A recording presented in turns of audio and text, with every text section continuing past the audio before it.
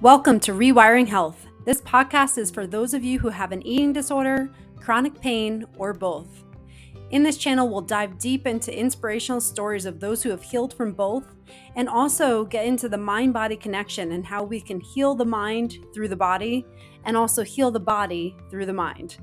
Come and join me on this journey. If you've ever felt the pressure of putting on a happy face and acting as if everything is fine, but yet you're struggling inside and you feel like you want more out of life and you feel like you're lost and you question your own worth, then this is the episode for you. I had the pleasure of sitting down with Susan Drayton. Susan Drayton is an accomplished visual artist and author, providing inspiration through her highly immersive art and storytelling. Her children's book, Worthiness, is a powerful tale of reducing fear, finding self-worth, and making the right choices. Susan is also the creator of the innovative show on YouTube titled Susan's Adventures Path. Her art is widely celebrated, and year-round she impacts and inspires youth through her work. Welcome back to another episode of Rewiring Health. Very excited to be joined by Susan Drayton today. So thank you so much for joining me, and I can't wait to have this conversation. Thank you. Thank you for having me. Oh, absolutely. So I love, we connected over social media and I love your mission and your message. And I just would love to hear your story of how did you come about to doing what you do today, and just to share a little bit of your journey of where you started and what brought you to what you do today. Well, for the longest time, I was in a place that wasn't my true identity. Mm-hmm. I was boggled down by what my parents thought I should become. And then society's telling me their set of rules. It was like everybody had this uniform that I needed to be in and follow the masses, that I tried all those roles, but it was never me.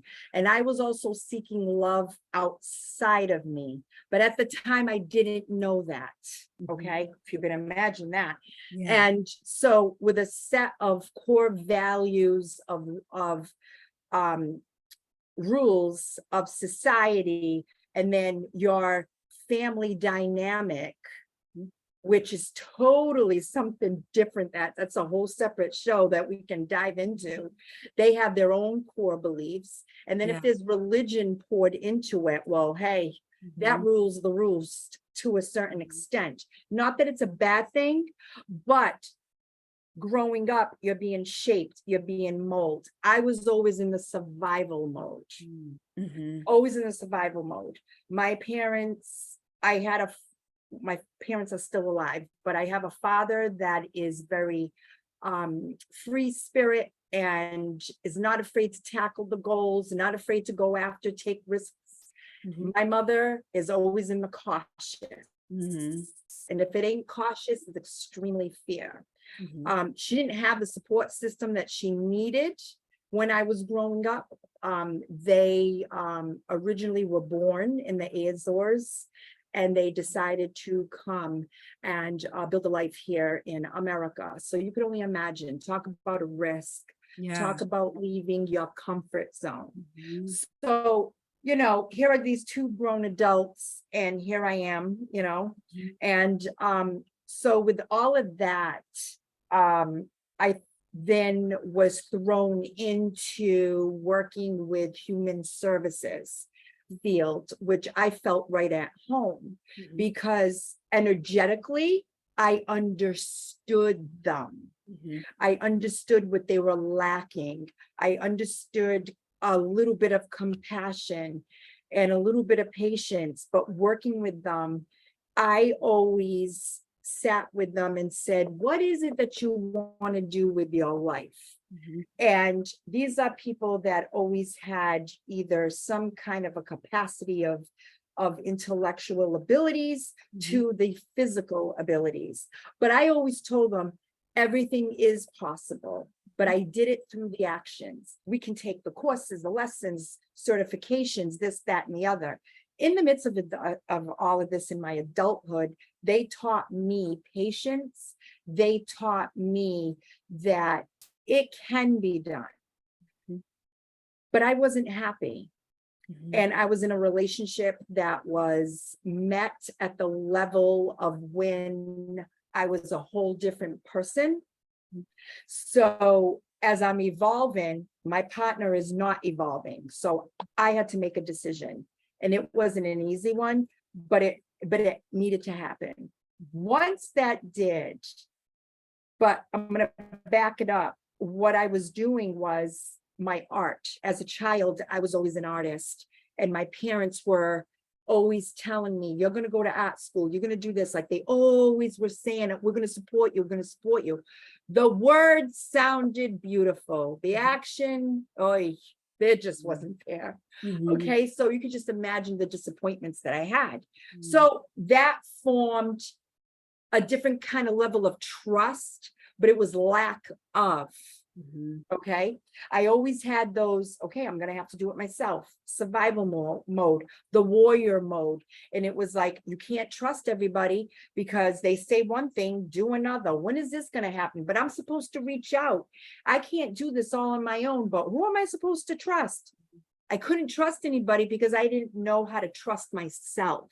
Yeah. So because I didn't know how to trust myself, then things started happening where it just wasn't being built in a strong foundation. So I decided to go do the arts. Mhm. I decided to invest it more in a different level. And through all those oil paintings, which I still do, and sketching and so forth, I was able to then decided I'm going to do this book. I'm Mhm. going to do this book. Yeah. I don't know what I'm going to call it because I needed to escape reality because at that time I was going through a divorce. Mhm. So that's when my Worthiness came out, the book. I Mm. was just doing the illustrations because I needed to go into fantasy land, escape my reality because it was just so ugly. Mhm. And I was grieving. I was grieving through all these process. So once it was said and done, I decided to write. I'm not a writer. I'm Mhm. like, I don't know nothing about writing. I'm always in my head with this imagination, but I took a wild gamble and I just did it. And it Mhm. all came together. And I Yeah. said, okay, it's done. I just looked at it. It's a hobby. It's done. I Mhm. don't need to go into it anymore. Oh, but the angels had something different. Mhm.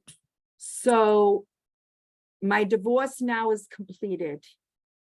My mentor says, so what are you going to do? Are you going to take a trip or are you going to publish this book?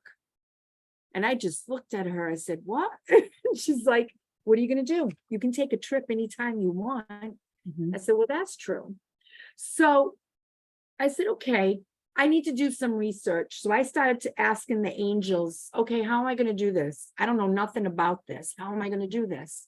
So I ended up going out one day with a friend and I was at a restaurant and this waitress said, in just talking, we were talking about stories and she goes, oh, I got my book published at Mascot Books. And I was like, oh, okay. She goes, Mhm. take a look into it. So I said, okay, I did. I did research. I did research. I did research. I said, okay. I ignored it, but the angels didn't. They Mhm. kept on waking me up between 1 and 3 o'clock, nagging me about the book. And I'm like, I can't. I was so afraid because I was like, I don't know it. I don't know this. I've never done this. I don't have the support. I don't know who to trust. I did this. Triggers, triggers, triggers, and triggers, and triggers. Yeah. I'm like, oh my God, that must have happened for a whole 2 weeks, if not more. Then finally, because my sleep was so interrupted. Mhm. So I said, fine. 1 o'clock in the morning, that was the last time I went online and I looked at it. Okay, submit your blurbs and the whole what it is about the book and so forth and the images. I said, okay, I'm done. I need to sleep. I forgot about it. I totally forgot about it. Wouldn't you believe it? 2 weeks later, I get an email saying that they want it, they want to publish it, they want to back me up, this and that. And I'm like, oh my God, Wow. right? Yeah. So I was like, okay. So I ran with it. And then when I ran with it, they did the whole thing and we were going back and forth. Do you like this this format, that format? Everything was said and done. I remember I knew it was coming out on April 4th, 2017 for the public. I remember being on the bridge, a Braga Bridge, and I had my windows rolled down and I just screamed, thank you, God. That's You know what I awesome. mean? Yeah. Because it was just so stressful. Yeah. But I also have been dealing right now with my own anxieties. And with Mhm. my own anxieties, I have to learn to put more boundaries in place. Mhm. I always heard the word boundary, never understood it. I always thought, oh, you're being mean. Oh, it's designed to keep people away. Well, let's dive into that. What does that mean, keeping people away? Not everybody, it's the Mhm. ones that don't line up with your frequency, Yeah. who you are and where you're going. Mhm. Yes. I love that. Yeah. So they're either going to have to step it up Mhm. or put them to rest. Mhm.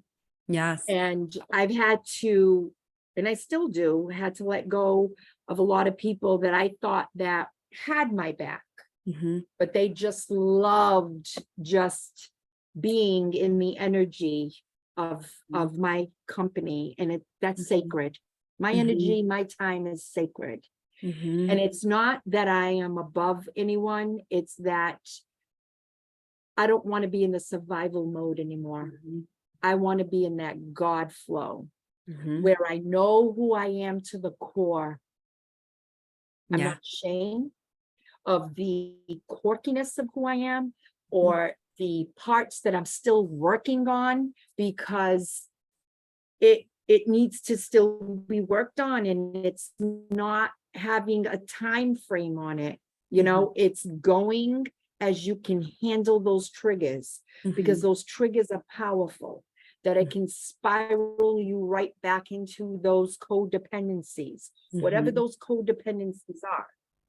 And I'm learning that challenges are equaling into opportunities if you allow yourself to sit Mhm. with this, the stagnations, the fears, the uncomfortableness, not knowing. Sometimes not knowing is a good thing, Mhm. because you should always be present, Mhm. because that's the only thing that's real, Mhm. is this present moment. The past has surpassed, it's gone, bury it, take the Mhm. lessons with you, the good stuff.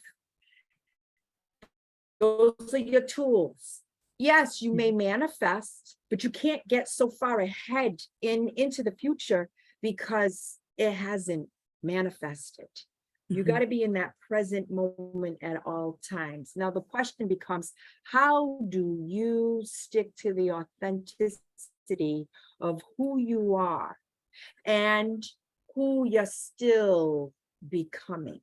Mhm. Now, that is a dynamic that is very, very daunting in a way, because I always say it's like science and art. Mhm. It's your emotions versus your logicness. Mhm. How do you bring it together lined up? And as children, they can't express what you and I are at this level of the phases of our lives. So, how do children express? They'll have their tantrums. They'll have, parents will come in with, if you don't do this, I'm going to take that away from you. Well, that's wonderful that you can do that. And it's wonderful that your child can have a moment where they're having a fit. Well, don't Mhm. we have fits too? And don't we tell people, I don't want to talk to anyone right now, Mhm. because you're trying to go inward. You're trying to sit with yourself and ask yourself, okay, what's going on? Where a child I have to just go into this roller coaster emotion because I don't know what's going on, and I don't know how to tell my parents that I really, really need this. It may not be important to you, mom and dad, but it is to me. So a dialogue needs to happen, communications, when a child is doing something that in your eyes is dangerous, well, don't step in and say, that's dangerous. And I'm gonna collaborate, I'm gonna clear that. Like if a child is, I don't know, let's say they're going up a tree to get to their clubhouse, and you can tell that they're gonna miss their step. And I can understand, be cautious, but if they're climbing that tree and they're afraid to come back down, this is where you need to be that mentor for that child and assist with, these are the suggestions of the steps that you may take. Meet me halfway, you're safe, one step at a time. Because as a parent, or even having a support group, they're not always going to be there. You're going to have to know when there's big time challenges, how to pause and just breathe and be in that moment and say, you know what, I don't know how to resolve this, but I'm going to have to figure it out. I know that, but I'm going to have a different perspective. And what does that look like? I don't know yet. And it's okay to not know. It will come. Absolutely. Yeah. So many things I want to touch on because there's so many great points there. Absolutely. I completely agree. With the child is that the biggest role is creating safety, but also creating problem solving for themselves. And if you're doing everything for them, then their brain says, oh, I don't have to do anything. I don't have to figure it out. And then we send them off to adulthood, and then they don't have the tools that they need to actually create a life. You bring up a good point, as when they go into adulthood, lawyers love that age when they're transitioning into college, because they were at home living with mommy and daddy where they programmed them. Okay, you need to do this, you need to do that, you need to do this, you need to do that, which is understandable. But if you have a routine, and if you've been given these tasks as they've been maturing and leaving some leeway for them to make decisions in order to experience consequences, because the best time of your life as you're growing up to be an adult is at home, because you can take on those roles and learn from those consequences and how to execute them a little bit better. But life happens, right? Nobody's perfect. Life's happening. Sometimes as a parent, you're burnt out, or whoever your support team is, you're burnt out. And I get that. Been there, done that. And so it's, when they go into college, it's freedom. They violate so many laws. It's not even rules, it's laws that can actually detrimentally screw up their college path, life, career, if you will. You know what I mean? So yeah, is it important to have a dialogue with your children and with the immediate people that is in your circle? And and the other thing is the quality of your circle. Well, what does that look like? How do you know the difference if something is toxic and not toxic when you've been brought up in that dynamics like I have been, of the toxicities? Not that my parents were bad, they weren't. They had the tools that they knew and had of their best capability. Right. And sometimes parents don't evolve, but their hearts, I want to say, is in the right place. And, as you grow, you're always growing, no matter what phase of your life. Your life is a canvas. And every day, you want to paint it in such a way that you never have to use an eraser. That should be your goal. No regrets, no regrets. And it's hard sometimes, and keeping that balance. So how do you keep those balance? Well, first of all, let's start with the inward. Like I do meditations, that came into play in my life. Being alone in solitude. I know not everybody can do that. And I had a tough time with that, being in solitude, because I'm a people person, people pleaser, and that backfired on me. But I had to learn that there's times in my life that I am going to be alone.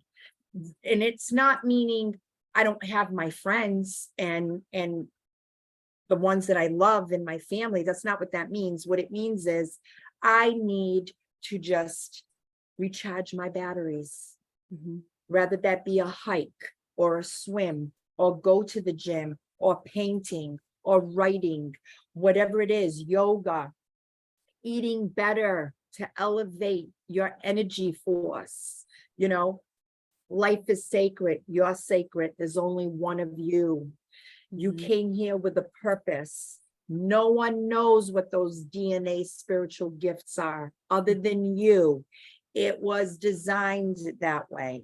Those are the gems in your solar plex, you know, and you need to invest in you, because you can go to anyone, you can go anywhere, but you will not find that love that you crave so deeply than the one that you have inside of you. And if you're a spiritual person, your maker, your God, whoever that is, you know, you gotta have that relationship with yourself, because that's what it is. It's you coming into union with the masculine and the feminine side of you and lining up with your Christ-like, spiritual-like, in the Zen of love, good. And I know people are going to say, well, I don't believe in God. Okay, so you don't. But doesn't love feel good? Jump in that. Jump in the flow of love. Feeling good, feeling happy, honoring who you are, where you are, how far you've come, and where you want to go. For someone, Yeah. oh, I'm sorry. For someone who's in like survival mode, because you've been in survival mode, I felt like I've been in survival mode, and I've worked with a lot of people who feel like they're in survival mode. Sometimes going in and expressing that love for themselves is so difficult because they're so disconnected from themselves. They feel like they're just trying to get through the day, and they don't even have the energy to invest in loving themselves.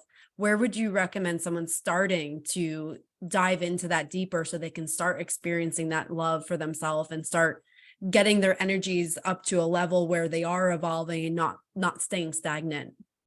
So journaling, and I'll say journaling, and I know a lot of people don't like to journal, but everyone will find their niche. I say journaling. Journaling is you owning ownership to your words, right? Nothing becomes real, especially for someone who's in doubt. When people have a lot of doubt in themselves and they don't feel that worth, they need that visual. Well, I don't believe it till I see it. Okay, get out a book. Write your emotions down. It may not make sense. It doesn't need to. Just pour it out.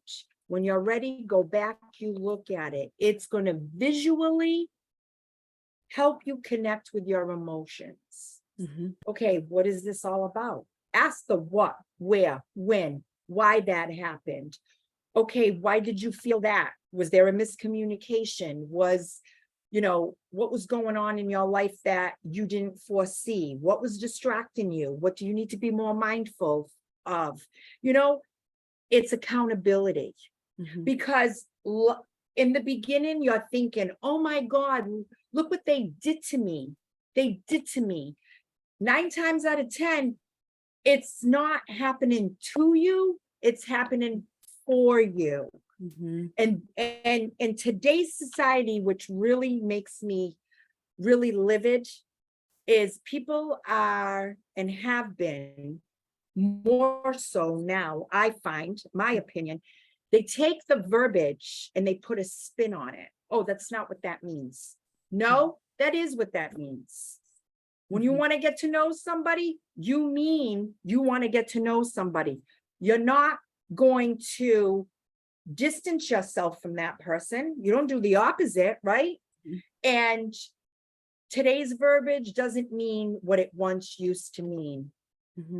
So if you don't understand what you're saying, it's because you don't understand what you're feeling. And words and those emotions need to be what it is. Don't make things up to fit the scenario, because then you're living a lie. Yeah, I would agree with that. I mean, I find that a lot of people do say what they think is appropriate to say versus what they authentically feel. Like, I think the biggest example, and I know women especially do this, is I'm fine. I'm fine. They're not fine. And it's that incongruence of saying that you're fine, but you know you're not fine, that creates that lack of trust within ourselves when we're saying something that we know isn't true, but we're saying it to appease others or just keep the peace or not create anything around ourselves. It becomes a major issue. And the words, when you're, because this, I used to say that all the time. I'm fine. I'm fine. What I should have said was, I'm not fine. But right now, my emotions are getting the best of me, that I don't know how to conjure the words that I need to convey for you to understand. And if I speak now out of anger, there's going to be even more of a miscommunication that is just going to make our relationship go sour. But when you're in that heated moment, that's the key. If you align your logic and your emotions, you've got it controlled, and it comes right back to knowing who you are, you should approach it calmly. So as teachers do, and their curriculums, the first thing that they were taught in school when they were going through their curriculum of college career of becoming a teacher is, when you do assessments on people, you need to remove your ego. Okay? Remove your ego of the situation and only record what is going on. So in other words, when somebody shows you their true character, that is what it is at face value. Don't overthink it.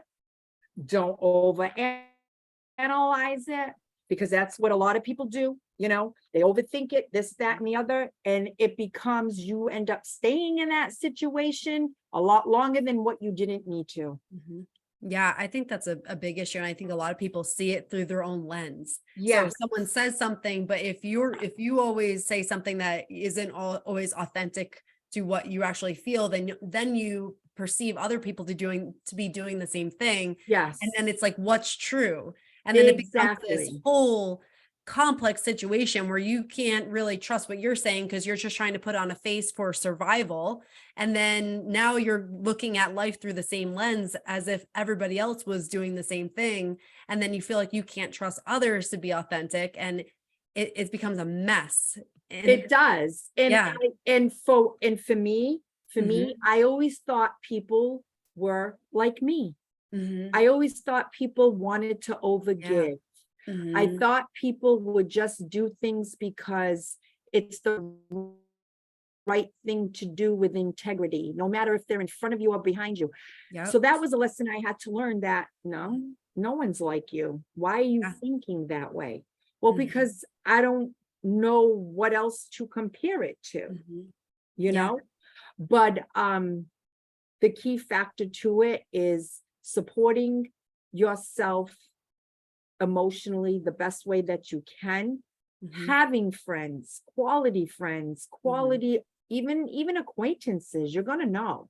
The more you do the work on you, you're gonna know who's for you and who isn't. You're gonna feel it through the energetic flow. Absolutely. And that is what we encounter first, is energy. Because when I come face to face with you, I'm gonna feel your presence.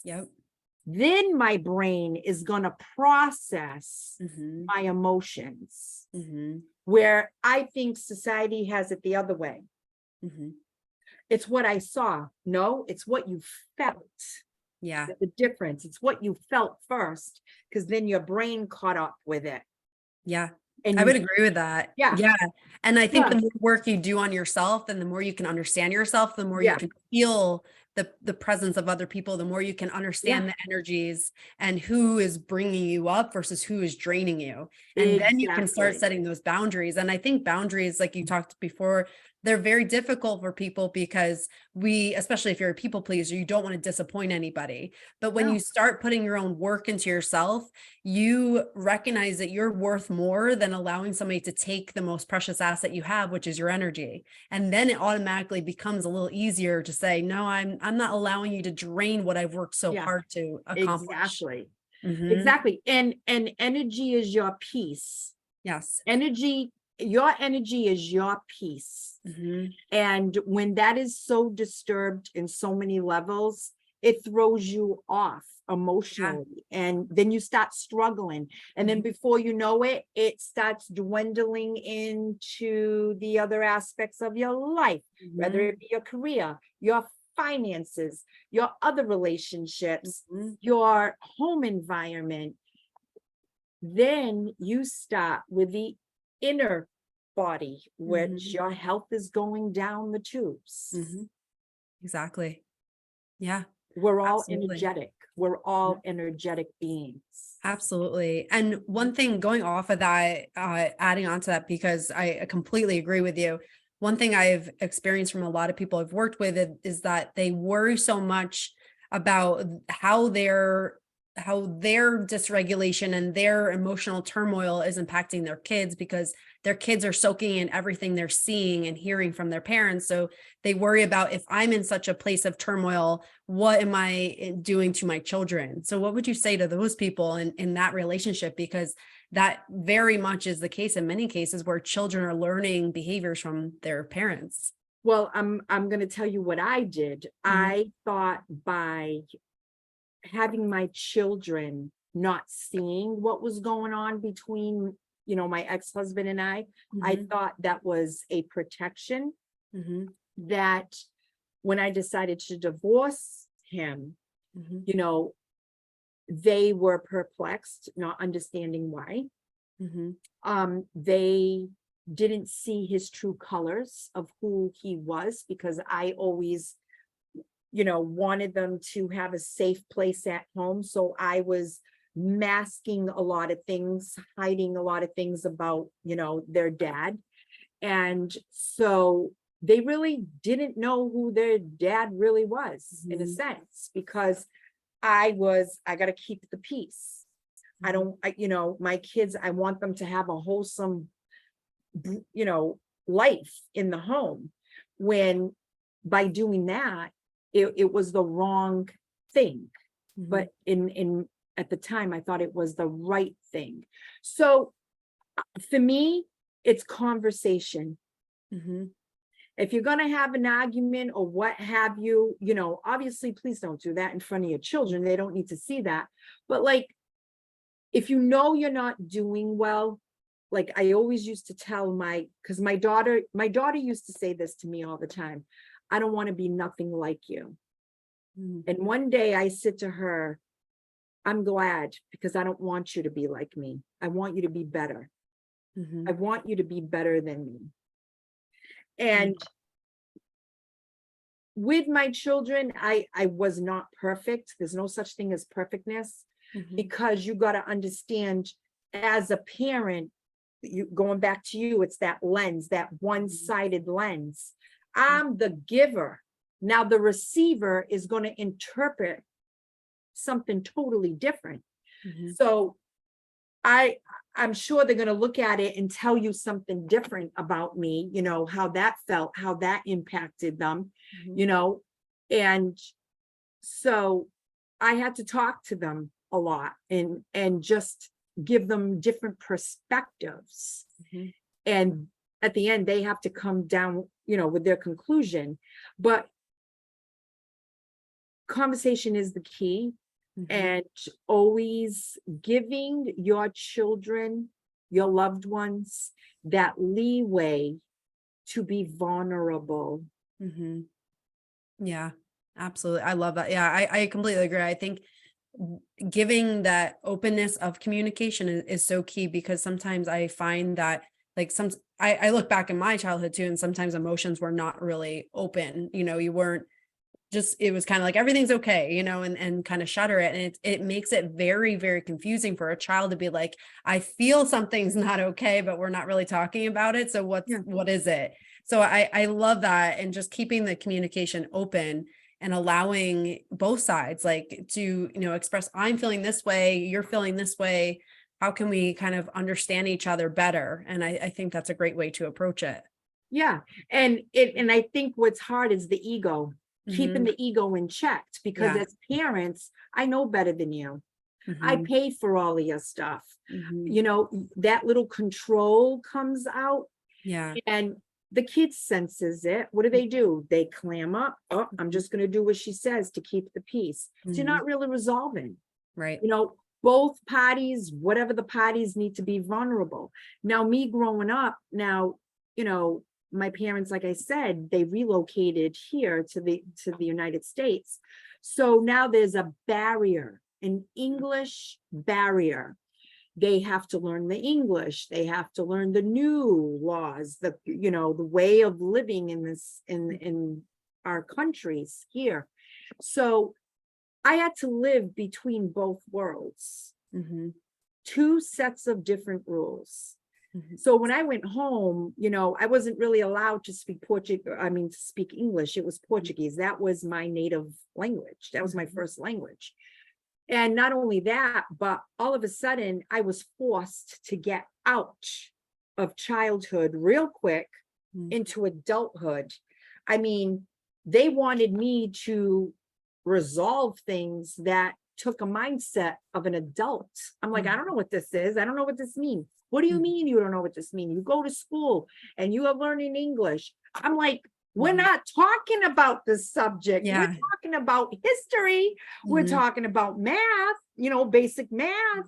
I don't know what this means. You know what I mean? Yeah. So they would get frustrated. And then it was, you're not good enough. Hmm. You Yeah. know, you'll never become anything. Mm. You'll never. And I had those words stated to me. Hmm. So at the time, it was very difficult for me with my parents. It was very difficult for me to see love Hmm. permeate through them to me, because I always had to be in survival mode. I always had to learn. You got to do this, you got to jump on that. Never had time to process, soak it in, do what I needed to do. But anywho, it had its good um factors too, because it taught me how to deal with things Hmm. on the fly. But on the other stuff of being more vulnerable, more soft, more feminine, like, I had to learn that as I have been growing and Hmm. still learning how to know when to shift gears, Yeah. when to let the masculine Hmm. leader come in, and when the femme needs to come in and be soft and gentle and compassionate. Hmm. you know um so that's still an ongoing thing. That will always be an ongoing thing. But the difference is, Hmm. and you can't use excuses anymore. Hmm. Yeah. You want Absolutely. better, you're going to have to invest in you. Hmm. Nobody's going to do it for you. Hmm. So you do what you got to do. Like, I'm always in prayer, I'm always in meditation, I'm always doing affirmations. That's my routine. Hmm. Just like when you got to get up, you got to take a shower, you got to dress up, you got to go to wherever you got to go. That's your routine. I incorporate my angels into my life, Hmm. my divine family, because I found in that is my salvation for me. That's where I found me. I had to sit down. I had to be ripped apart. I had to examine the ugly sides of me. And I didn't want to see it. Hmm. I didn't Yeah. want to see it because it made me uncomfortable and I didn't know how to fix it, you know? Yeah. But I had to learn that everything took time to get to where I was. Hmm. So things are going to take time to get to where I want to be in the healthiest, best version of me. Hmm. Absolutely. I think those again are just such good points, because I think sometimes people think that it should feel comfortable almost when you start healing, but it actually becomes much more uncomfortable because you've taken all the things that haven't served you and suppressed them so much. And then once you bring light to them and bring awareness to them, you have to kind of face them in order to move forward in your life. So it is an Yes. uncomfortable process, and it does take time, and it's not a linear journey. There will be setbacks where you feel like you're going back into your old ways, and there will be times where you're taking leaps and bounds and you start seeing things very clearly. So there's a lot that goes into the healing process, but that consistency that you speak of and doing it day in and day out, and this is my routine, this is what I need to always evolve, is absolutely crucial. And what's even better that I found out for me Mhm. is not just being consistent with my routine of what I do to keep me solid, Mhm. bring out the inner child, Mhm. because this doesn't have to be so serious. Mhm. It doesn't have to be so heavy. Yeah. Let your inner child, him, her, come out and assist you with this thing called life, your journey, because it should be adventurous Can you dive every into that single more? day. Like, what does that look like for you to For bring it? me, Yeah. for me, when I allow myself to let her out, I Mhm. start dancing. Mhm. When I start dancing, I'm moving that energy. When Yeah. you're moving that good vibe, sunshine energy, Mhm. you're seeing things different. Mhm. There is no fear. There is no doubt. You're in that flow of God or Mhm. your angels, the you flow, Mhm. you authentic flow. You're Mhm. flowing and things are coming to you. You're not chasing it. You're not Mhm. forcing it. You're not Mhm. forcing somebody to see your perspective. No, it's about compromising, coming, meeting halfway, feeling the essence of each Mhm. other's beauty. Yeah. That lotus, let that lotus open up the way it needs to Mhm. permeate and give that gorgeous fragrance. You know Mhm. what I mean? The Mhm. essence of who you are. Mhm. Yeah. Yeah, absolutely. I do think people get stuck in that, like, I gotta force this, I gotta force this, I'm not doing this good enough. And then you're almost counterproductive when you're doing that, because you're almost putting up that wall up to what is supposed to be invited into your life. And Yeah. if you think you're the one who has to spearhead this, then you're missing that point. It's being open enough to invite opportunities to come to you and what is meant for Yeah. you. And like, let's take the topic finances. Mhm. I think that's a killer for everybody because Mhm. everybody's like, I got these bills. Yeah. Yeah, you're right. But if you were to perish today, those bills Mhm. are still there. Mhm. So what are you telling me? Yeah. That you have a lifestyle that you like, but maybe it's still not enough. You would like it to go another level. Okay, you got those bills. Figure it out in a fun way. In a Mhm. fun way. What else do I have inside of me that I haven't tapped in yet that I know is going to be profound? But Mhm. I need to be patient with myself. It will come, you Mhm. know, and maybe that will take me to that next financial level. And then I'm going to start talking to people that share the same views as I do of whatever it is that I'm cultivating. And then it's going to lead to one thing and then another. Then before you know, it's like, wow, look what happened. And Mhm. I didn't even know this was going to happen. I was worried about this and I was worried. Get Mhm. it out of your vocabulary. Yeah. You know what I mean? Don't do complaining, do more compliments. Mhm. You know, Yeah. look and see how far you've come, good, bad, or what have you. You know what I mean? Just Mhm. look at it and Yeah. tweak it. Sometimes it's just a tiny step that Mhm. leads you into the right direction. Yeah. Absolutely. And it's I agree with you. And it's a tough thing for people who live in a set of negativity where they feel like there's always scarcity and lack. And that's again the lens they're looking at. Like, I don't have enough of this. I'm worried about this. I'm worried about that. And it's so hard to transition into Yes. that mindset of abundance, but it does take that awareness of like, what did you just say? What did you just say to yourself inside your, your head? And then recognizing what your dialogue is. And I found just saying thank Yeah. you and again expressing that gratitude makes just the tiniest transition that opens up the door for It more. does. That gratitude is very powerful, but not only saying it, but feeling Feeling it. Absolutely. Having that gratitude, the feeling of it, and being in that flow. Because when you are in that gratitude and the emotion of it, Yeah. without a hesitation, a doubt, Mhm. you're at the present. You're in Yes. the present, Mm-hmm. and you're taking it all in. Mm-hmm. Don't rush. The lights will be out indefinitely. Don't rush. It'll get there. You know what I mean? Yeah. But in the meantime, you're in the land of the living. Mm-hmm. Live it. Because I always hear people, my mentors, they were two males. Mm-hmm. They were always, this is my bucket list. This is my bucket list. And I got to do this and I got to do that. And I'm like, Mm-hmm. when you got a huge bucket list and there's just so much to do that it's overwhelming and you don't really get to do it all, guess who you're going to be greeted with? Mm-hmm. The angels of regret Mm-hmm. that were waiting for you to take action and you never did. What could have? If. I wonder. Mm-hmm. That to me is more haunting than a bucket list. Mm-hmm.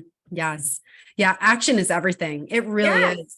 I mean, Yes. you can plan it out. You can try to make it perfect. And this is something like I'm a perfectionist and this has been something I've worked on, but yeah, when you're a perfectionist, you don't want to start until it's going to be perfect and you won't fail.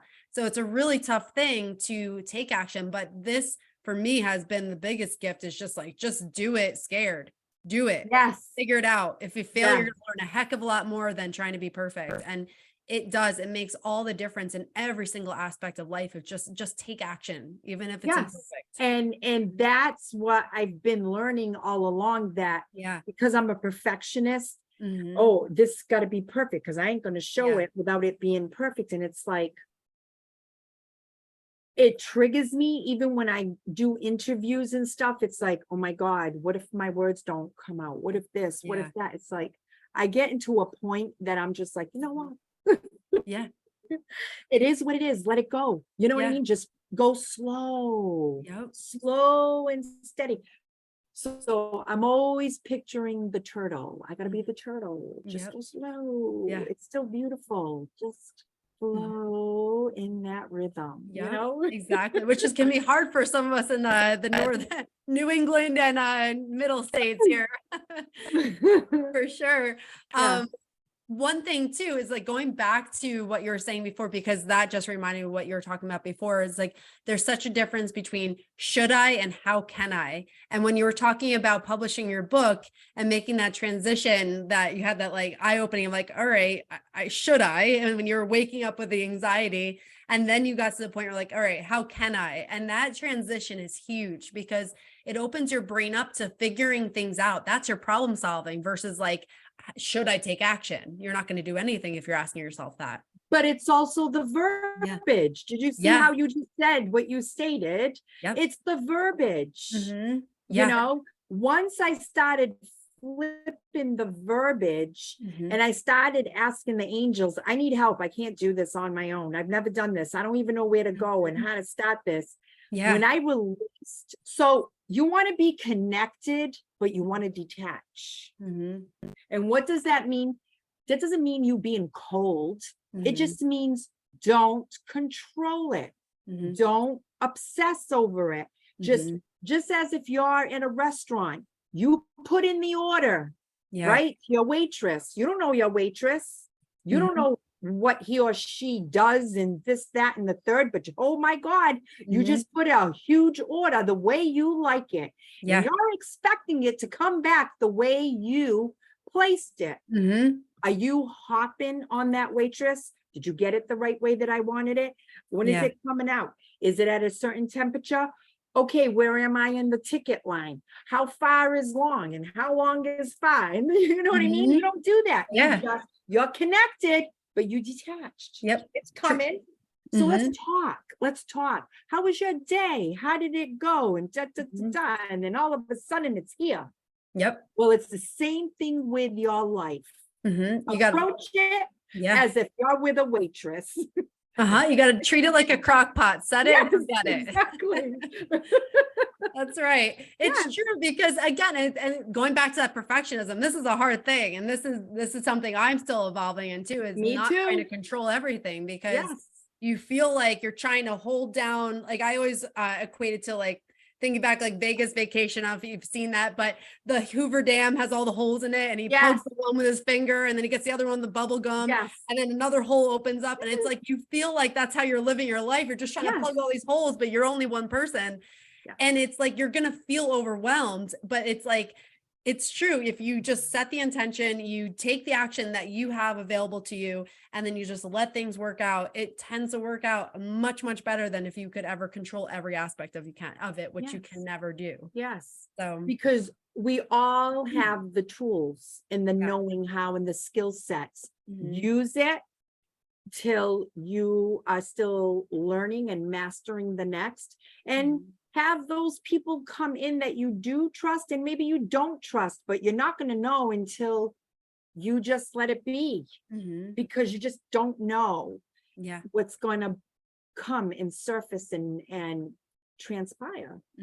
Absolutely. You got to be gentle with yourself. You really do. And it's the verbiage, and not everything needs a reaction right away. I think a lot of people also, I used to do this, like talkity talk.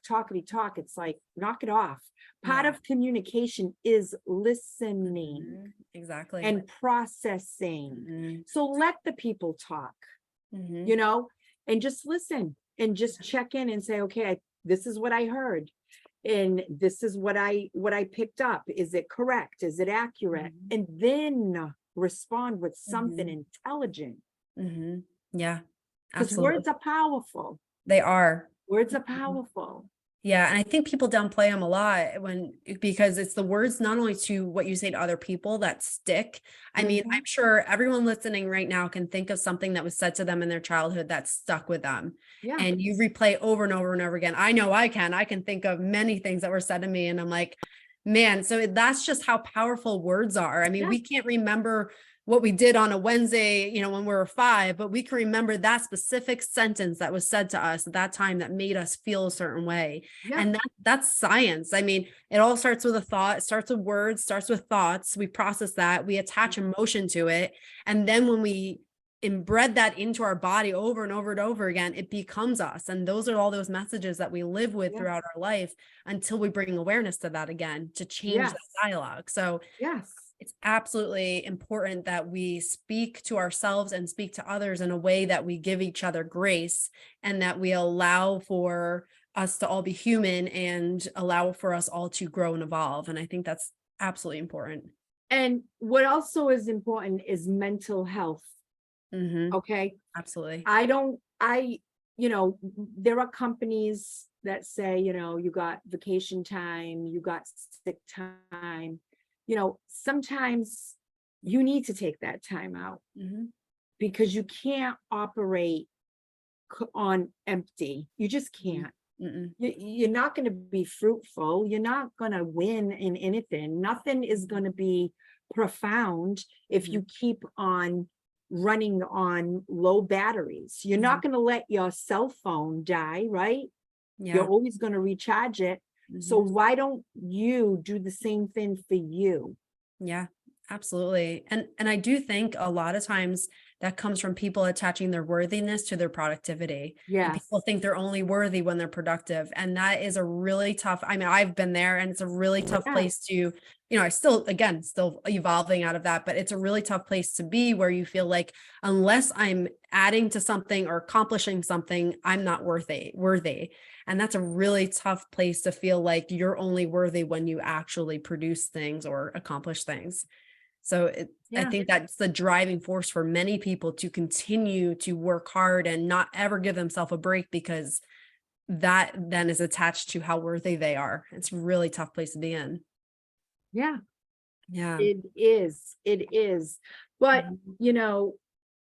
life will always have its high and low peaks. Mm-hmm. It's just you really need to hone in your emotions Mm-hmm. and really look at it and say, what is this about? What is this? What's really going on? Yes. So you're going to have to learn and desire to apply the word pause Mm-hmm. throughout the day. Yes. Pause doesn't mean it's the end. Mm-hmm. Pause doesn't mean it's over. It's just pause. Yes. That's all it is. That's all Yes. it needs to be, Mm-hmm. you Yeah. know, and it doesn't have a timer either. Yeah. You know what I mean? And it it just it just needs to be tended with love, Mm-hmm. you know, Yeah. and Absolutely. understanding and patience with with us Mm-hmm. ourselves. Yeah. If we don't have patience with ourselves, we ain't going to have patience with anyone else. Mm-hmm. It all Absolutely. starts here Mm-hmm. and then it projects out. Yes, definitely. And for anyone listening, think about how much time you actually spend in a day pausing. I mean, because I would say probably not much. I see you in general, I think people are just on to the next thing. You're working or you're on your phone or you're taking care of kids. It's like how many moments in Exactly. the day do you have to just sit in silence? And that's a true pause. It's a pause is not filling your brain with more information. It's like taking a moment to Yes. process. And that pause actually brings messages to you Hmm. Yeah. for you to apply to your path and how to maneuver it in a more of a flow. Hmm. That's Yeah. a form of meditation. Hmm. Just pause Yeah. and just let it come to you. Hmm. You know what I mean?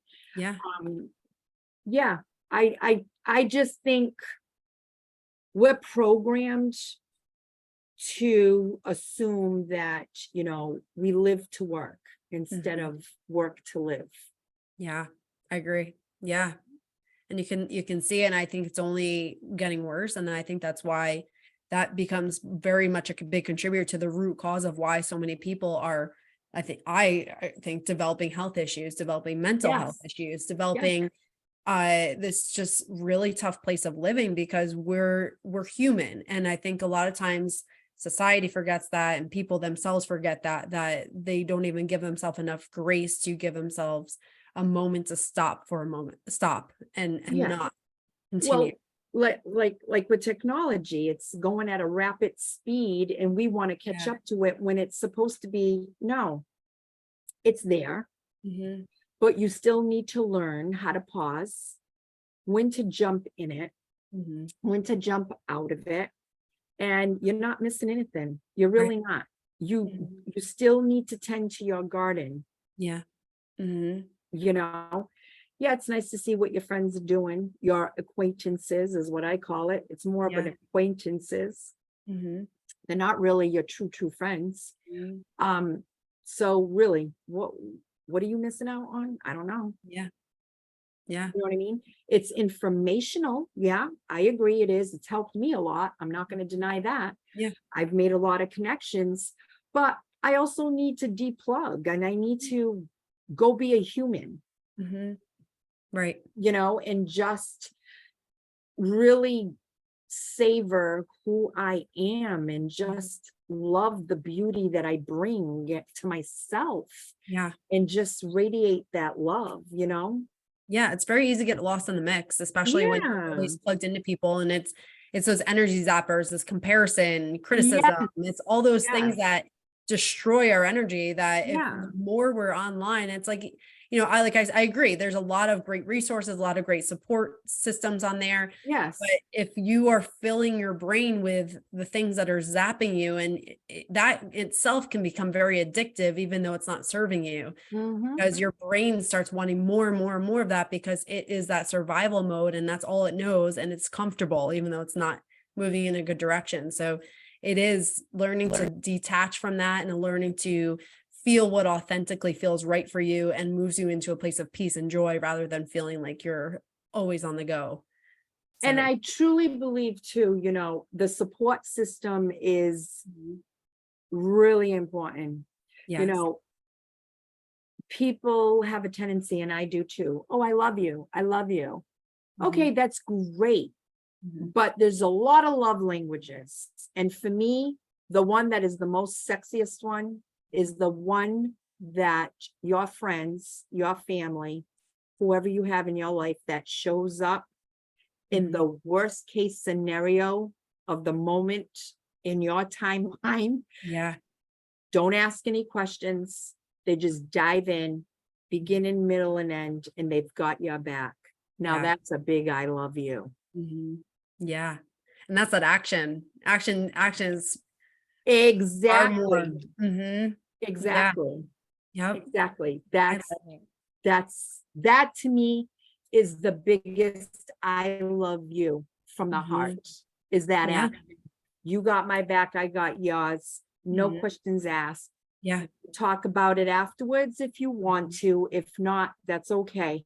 Mhm. You know what Yeah. I mean? And there's a difference, because people will say, well, I'm always saving this person. Well, then you need to examine what's really going on. Mhm. Again, pause, look Mhm. at the trend. Does your friend need that help that's beyond your scope? What is the underlining dialect problem issue that's going on? Mhm. And then don't just leave them, but redirect them with resources. Mhm. You don't feel comfortable talking about it? Well, then don't. Write it down. Mhm. Make it look pretty on a piece of paper and say when you're ready to look at it. Mhm. So it's not so harsh to the Yeah. eyesight. You know what I mean? Mhm. And just leave it there quietly. You don't have to go into a discussion. Mhm. Yeah. Absolutely. And again, it just comes back to the awareness of what you need, what you have, what is around you, and just moving it in the direction that serves you in the place that you are and where you want to Mhm. go. Yeah. Absolutely. Well, I have loved this conversation, Susan. I feel like we could talk for hours on this because there's so many layers to this and so many things that contribute to a place of worthiness and healing and feeling like we're being our authentic selves. So thank you for everything that you've Thank contributed you. today. I absolutely enjoyed it. And for people listening, if they want to grab your book or connect with you, how can they do that? Okay, so you can go right to my website, which is www.enchantedwingsllc.com. It's with an E, enchantedwingsllc.com. You'll get a scope of who I am, what I do, both books, Worthiness and The Beauty of Naya. Worthiness, well, as we were talking about today, it's about a dragon and the magic of Mother Earth and the fairies. Seth, who is the dragon, is at a crossroads and has to make a decision. Will he do it? Who knows? Find out. Get a copy if you Mhm. want. And then I got my the one that just got published this year, The Beauty of Naya, which is about gratitude and how Love to it. come together. And it's always a free will. And Yeah. it's in the scope of the realm of the mermaids and humans and all living creatures. I love it. And I love that they're directed towards kids because kids need this from Yes. the start and then they can live where they don't have to do this so intensely as adults. It'll just be kind of natural for them to take care of themselves. So I And just love that. yeah, and that's what I love about my books. It's another form of reaching out to children. I do all of my illustrations besides writing it as well. So I want to do it in a way that it's easy for the visual and it's an adventure. But Mhm. even though it's an adventure, it still has the substance that you need to hone in if you so want to. Mhm. You know what I mean? Do Yeah. you want to improve yourself? How do Mhm. you do it? And it talks a lot about the emotions, environmental, Mhm. um, the body of Naya, which represents water. Mhm. And yeah, so check it out. Yeah, absolutely. And I'll put links into those Yeah. for anyone who's listening or watching so that way you can grab those And I'm books. and I'm also on Instagram. Mhm. So that's Dragon and Fairies 555. And I also have a YouTube channel called Susan's Adventurous Path. which I interview other people too in with their superpowers, because it's all about what's your canvas. Love it. That's So awesome. yeah, Love it. Sounds like great resources. And like I said, I'll put everything in the show notes so that way for anyone listening, you can connect with Susan. And thank you again so much for being on today. I absolutely enjoyed this Thank conversation. you. So did I. Thank you. Yes. Thank you. Thank you. Thank you for spending your precious time to listen to this episode of Rewiring Health. My mission is to inspire hope and healing through science-backed practices. If you found value in this, please share with 3 people and leave a review. By doing so, this message can be spread to those who need to hear it most. Also, to get updates on the most recent episodes, please subscribe to the channel. Thank you so much for being part of this community, and I am forever grateful for you.